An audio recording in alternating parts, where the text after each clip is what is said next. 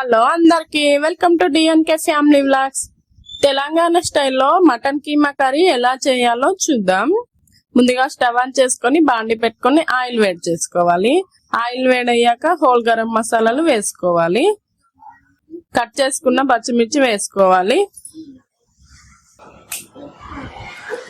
Cut చేసుకున్న onions వేసుకోవాలి. ఒకసారి మంచిగా కలుపుకోవాలి.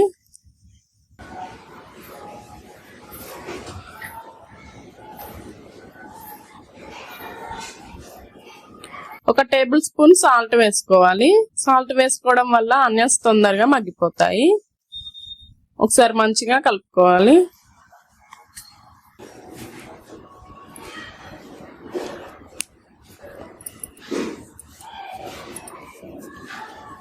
కొద్దిగా కరివేపాకు పుదీనా వేసుకోవాలి. మెంతం కూర కొత్తిమీర వేసుకోవాలి.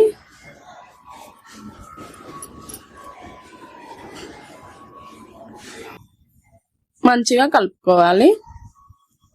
2 నుంచి 3 నిమిషాలు మంచిగా వేయించుకోవాలి.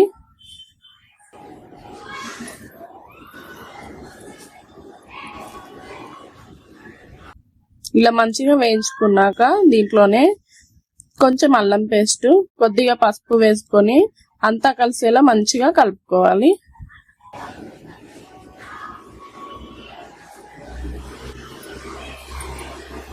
అల్లం పేస్ట్ పచ్చివాసన పోయేంత వరకు వేయించుకోవాలి.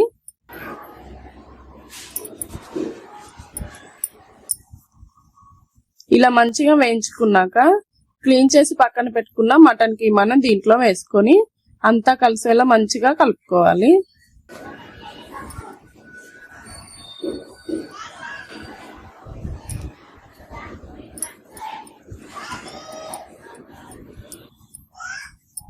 ఇలా మంచిగా కలుపుకున్నాక క్యాప్ పెట్టి 2 నుంచి 3 నిమిషాలు మంచిగా ఉడికించుకోవాలి.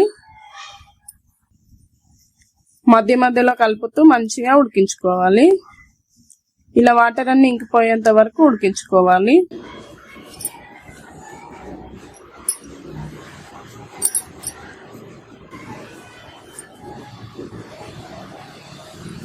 ఇలా వాటర్ పోయేంత వరకు మంచిగా ఉడికించుకున్నాక దీంట్లోనే మీ టేస్ట్ కి సరిపడా కారం వేసుకోవాలి.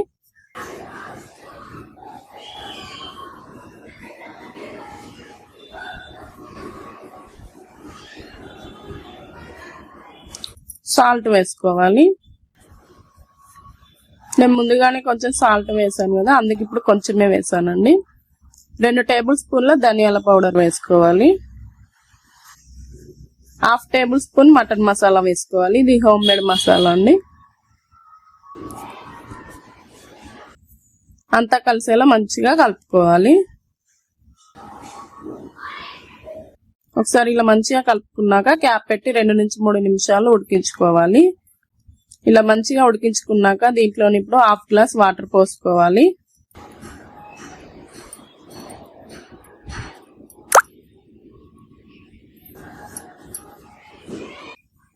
వాటర్ పోసుకొని మంచిగా కలుపుకొని మళ్ళీ క్యాప్ పెట్టి 2 నుంచి 3 నిమిషాలు మంచిగా ఉడికించుకోవాలి.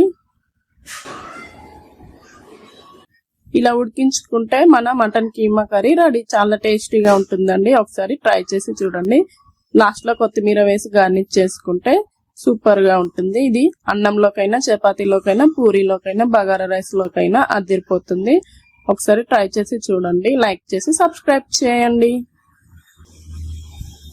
Thank you for watching.